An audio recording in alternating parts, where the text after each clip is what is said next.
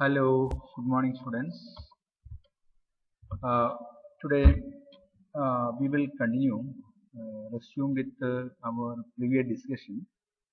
Previous class we were discussing about different geothermal energy sources. Okay, we classified them into different types. Okay, and the first type was the hydrothermal resources. Okay, in hydrothermal resources we have found that the water, the underground water which are lying at 4 or 5 kilometers beneath the ground, getting heated up, so they may form pure steam, high temperature pure steam, or they may form mixture. That means both steam and water will be there, and you can use both the steam and water separately, and we have accordingly different techniques to do that. And the third category was pure hot spring. Okay, water is moderately heated, they are not converted into steam, so it get collected in reservoirs, so we called it as hot springs. Okay, so this way we classified hydrothermal resources into three forms. Today we will continue with the rest of the classification. Okay, we have seen that they have still classified into different forms. Uh, uh, Now that second classification is actually geo-pressured resources. Okay, geo-pressured resources. We will come across it very soon. So before that, you go to some of the visuals. So this is a geothermal based thermal power plant.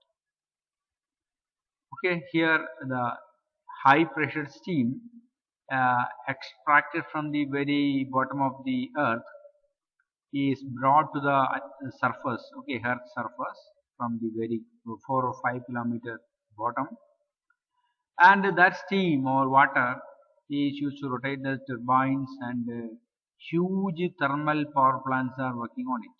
These are the visuals of a famous thermal power plant, or you can say geothermal power plant. Its name is actually Geyser. Okay, Geyser. The name itself is Geyser, located in the San Francisco province of California, okay, in USA. It's a the world biggest geothermal power plant known as geysers.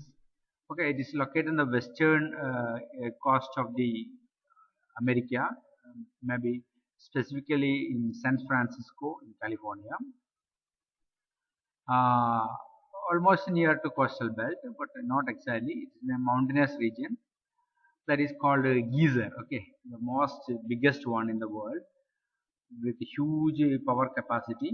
Okay, it was commissioned in the year 1960, and it is an example for a dry steam type of hydrothermal system, because dry steam is available.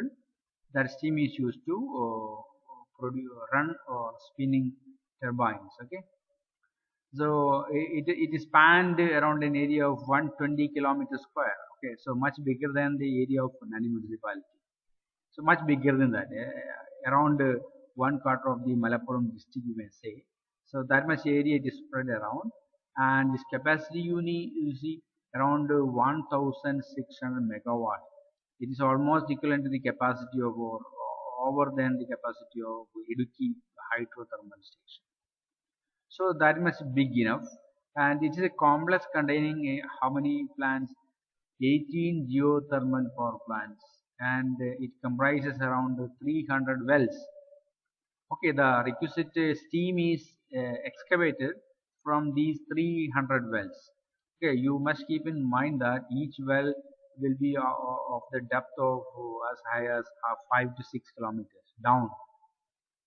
So from these 300 wells, high dry steam is taken out, and it is made using running the turbines. And one interesting aspect is that it is a refillable one.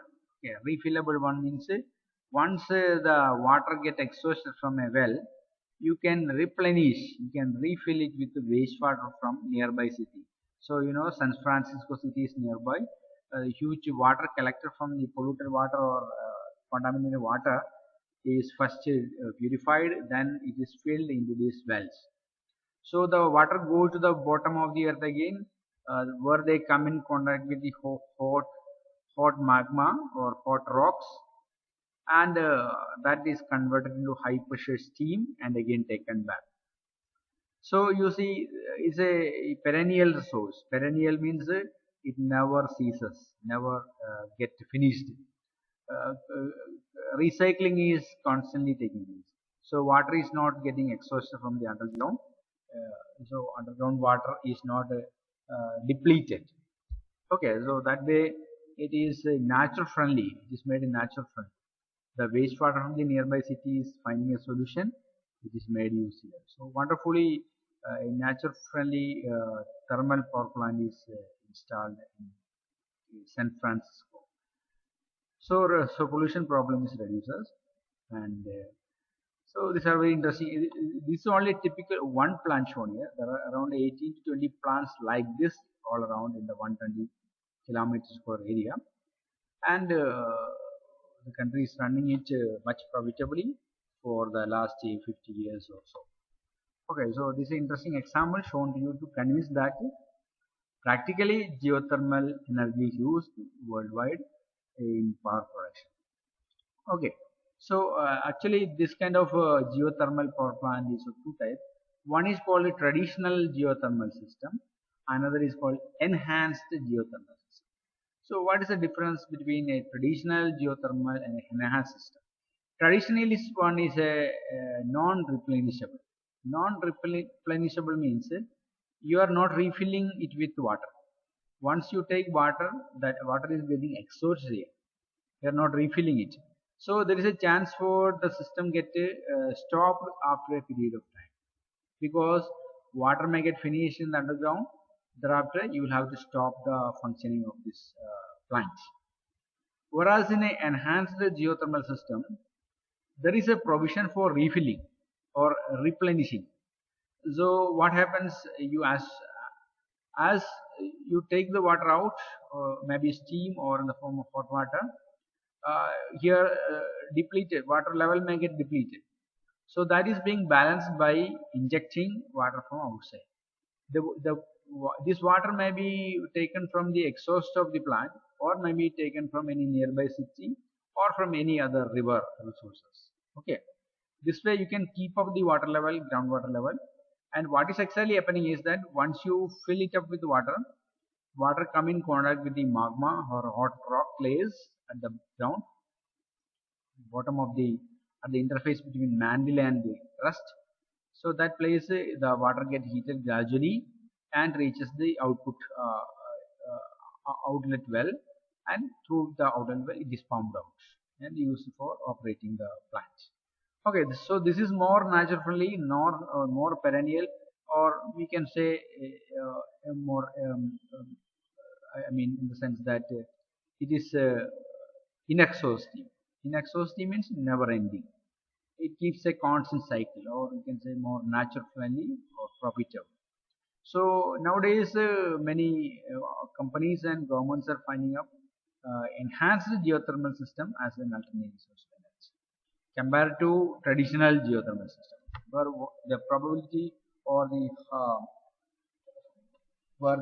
problem of or the threat of getting water level getting low down exists. Okay, the water level getting lower down means once the water so stops, the operation of the power plant also be stopped. Okay, so these are two type of geothermal system: traditional one and enhanced one. Now come to the classification. Already we have seen that geothermal resources can be classified into major four types: hydrothermal, geopressure, petrothermal dry rocks, and magma resources. So let us continue our discussion on that. Hydrothermal, already we completed our discussion. Now come to geothermal pressure or geopressured sources. So what is the specialty here? Here there is no water. Okay, we have the underground near to the mantle. These regions are kept at high pressure. What is the reason? Because there is no opening outside. There is no opening outside. In fact, But water is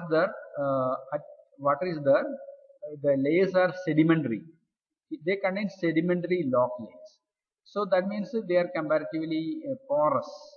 Porous in the sense they contain lot of cavities where water is stored. In the porous areas, water is stored, and from the bottom, high temperature is existing. Due to high temperature, the water existing in the porous cavities get heated up heavily. Okay, and the top layers, upper layers are insulating type of layers. Upper layers are almost insulating type. So what happens? The heat energy is not liberated. Heat energy is not liberated. So what happens? Here the pressure increases to very high value. Pressure increases to very high value because the water is being constantly heated, temperature is increasing, and there is no chance for getting this water to be steamed because pressure is so high that water exists in the liquid form, but it is high pressured, high temperature water. So that is what is called geopressured resources. So there are certain factors. One is that the rock should be of sedimentary type with a lot of porosity, lot of cavity. So water is trapped there, and at the top layers, the top layer rock should be highly insulated. Two conditions, right? Okay, and the energy supply is constantly taking place. So water trapped in the porous areas gets constantly heated up. So the pressure is high, the temperature is high. Okay, so these are the conditions existing in a geopressure resource. Still keep in mind, there is no opening for the water to come out. There is no opening. Okay, so what we have to do? We will have to drill. We will have to drill some holes.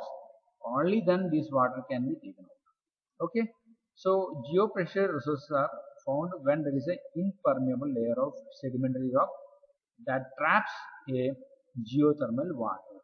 Okay, so it is impermeable. That means this water cannot come up. Okay, so they are trapped here.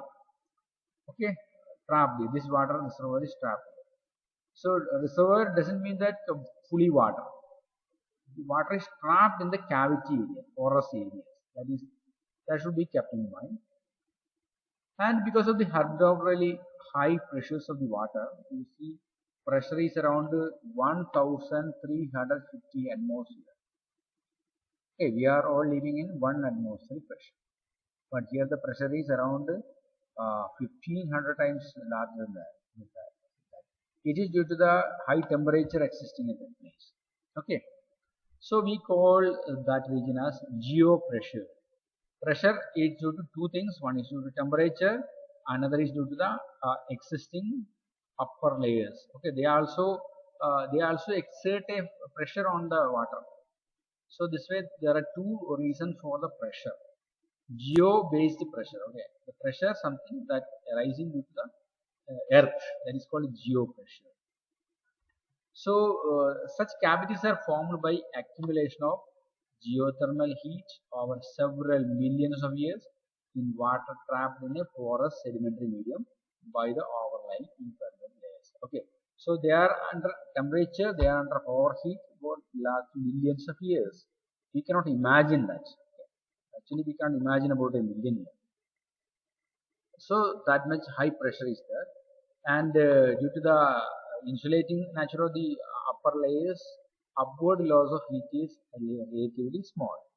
Okay, heat is not lost, otherwise temperature may come down, and they exist at depth around 4 to 5 kilometers down.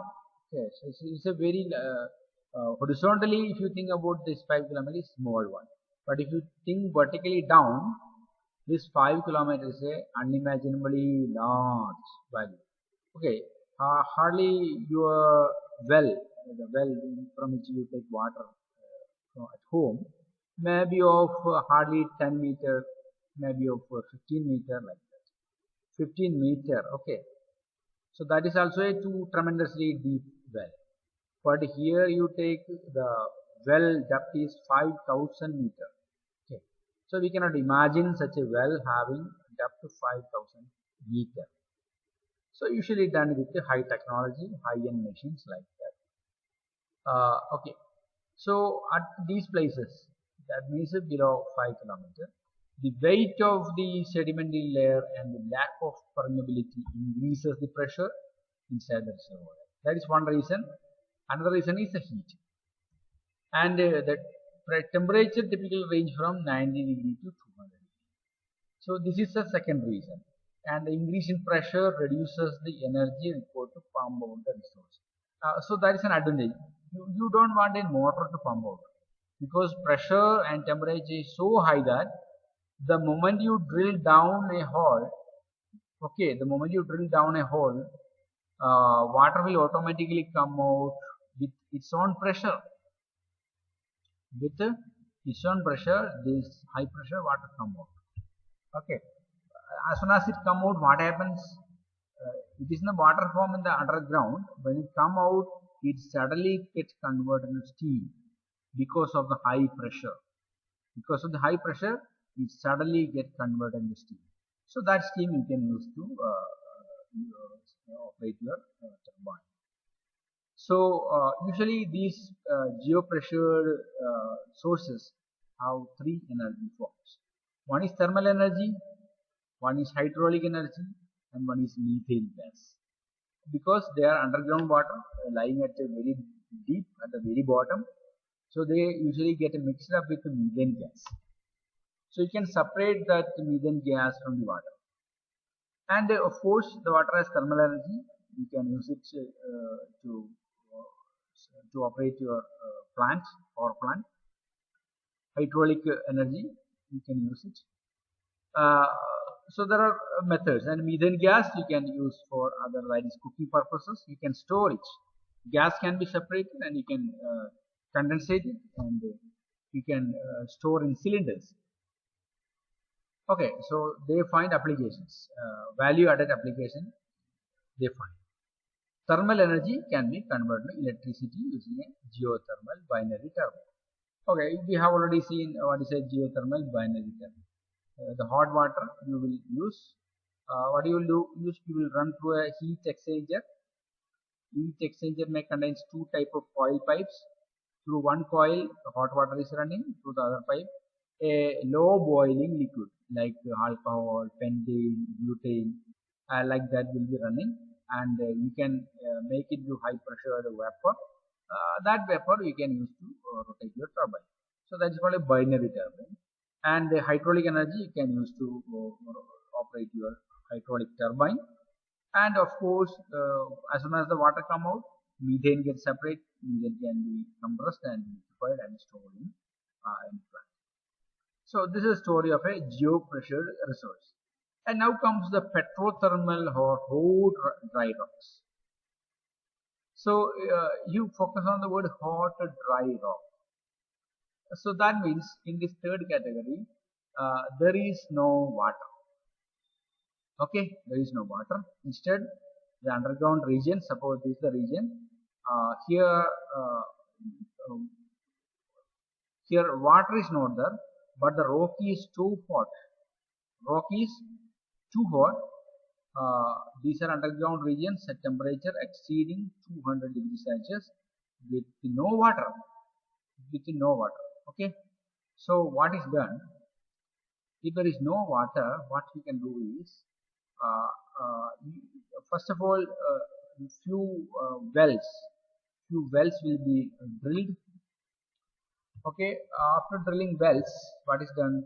Through one of the well, water is pumped into the chamber.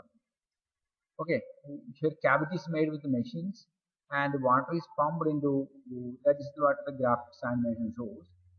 Water is pumped into it.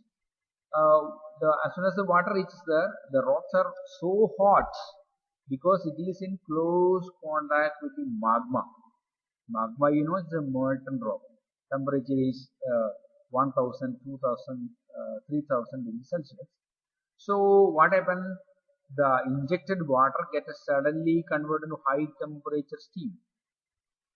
So that high temperature steam is taken back through the extraction wells. These are the extraction wells. The red one is extraction well and the blue one is injection well.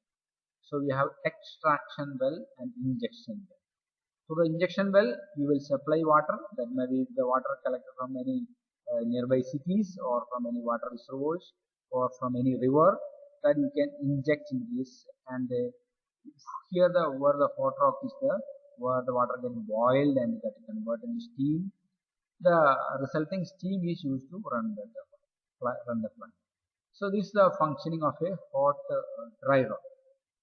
So what is done? Water is pumped into the cracks from the surface and withdrawn by another well at a distance. Okay. So don't think that these wells are separated by few meters. Don't imagine like that. These wells are separated by kilometers. Understand? Kilometers and kilometers. They are separated. So obviously they take time to get heated up and reach the other well. The injection and production wells are joined to form a circular loop to this man-made reservoir. Okay, these are fully man-made to achieve a steady flow of high temperature water. Okay, as soon as the water get into the ground through the injection well, they run through the ground where the rock is very hot. So gradually the water gets heated up and reaches sufficiently high temperature. By the time that water reaches near the production well, and to the production well, the hot water is taken or the hot steam is taken, depending on the situation. So this is a working principle happening in a hot dry rock system. Okay, so the function is clearly shown here. It may be with a binary system also. So if a binary system is used, because why do we prefer binary system? Because sometimes the water extracted from the production well, they may be radioactive or they may contain hazardous gases, hazardous elements, components like that. So exposing this water directly to atmosphere is not good. It may be radiating, it may give you poisonous chemicals like that. So people usually prefer a binary system. So in a binary system, what is done? Water is injected into the chamber and extracted, and that is run through one of the heat exchanger coils fitted inside a heat exchanger. To the other coil, some other liquid, low temperature boiling liquids are usually organic liquids are used. Pentane is an example. Pentane is run through it. Pentane gets readily heated and form high pressured vapor, and you can use it to spin your turbines. So usually geothermal hot tight rock system will be functioning with a binary geothermal plant. In a binary system, you will be using two liquids. Binary means two. So there will be they will be using mostly two liquids. One is water, and other is some organic liquids of low boiling point. So this way we operate. There are many plants around the world which operates on this principle. Okay. So hope the idea is clear about the hot dry rocks. And the third category, fourth category is called magma resources. Magma. So already we have studied about magma existing in semi-fluid form in the mantle area, especially in the mantle area. Molten magma, the rock, you can say rock in liquid state. Temperature may be near 2000 degrees Celsius. So playing with the magma is not a silly game, okay? Because molten rock. So you can't imagine about drill machines, other equipments which operate at this temperature. Because the drill machine, the moment it reaches near magma, the machine gets into liquid form. So imagine a funny situation, okay? So you need a high-end technology. People are developing it. Scientists already developed, and many magma technologies are already in practice. Okay, so what is the advantage? Once you have the technology, there is no limit for the energy that you can extract. Infinite amount of energy is there in the underground. Okay, we are still incapable or unable. We don't have that potential. We don't have that skill, expertise to extract this energy. Once you get a expertise, when you are well versed with such technology, sky is the limit. There is infinite amount of energy as underground. You can take it out. Okay, so magma resource consists of partially or completely molten rock with the temperatures in excess of 650. Okay, you can even try to 1000 degree or 2000 degree, no problem, which may be encountered at a moderate depth. These resources have large hydrothermal contents, but they are limited to a few locations. So that's a problem. And but the very high temperature make the extraction of energy a difficult technological problem. That is what I told you. Okay, drill machines, they cannot approach magma region because temperature is so high. Equipments may get damaged. So magma technology requires special drilling methods to deal with the interaction of the drill bits with molten rocks. So that is a problem. Okay. So already many technologies have been there, but still in the growing stage. Still in the growing stage. Okay. The molten magma you can see is a pure visualization. Okay. Don't think that's a real photograph. Magma can penetrate into the cracks. Okay, you can see the cracks. So once you are successful in bringing your water into this area, water will instantly or readily get steamed out. So that steam you can take out. Understand? So that is a technology. It's an evolving technology, not yet to get fully functionalized, fully perfected. So in the very near future, we are hopeful that we will have a magnet technology. Magma technology can be used to extract energy, and for power production to become more meaningful and effective. Okay, so here is your assignment now. Write a brief note on geopressured energy resources. Okay, we have already well discussed. You write only a one-page note only. Don't go too much. A brief one, okay, as brief as possible, and submit in due time. So hope ideas are clear. At least you try to watch the video twice to understand the ideas. Okay, all the best. Thank you.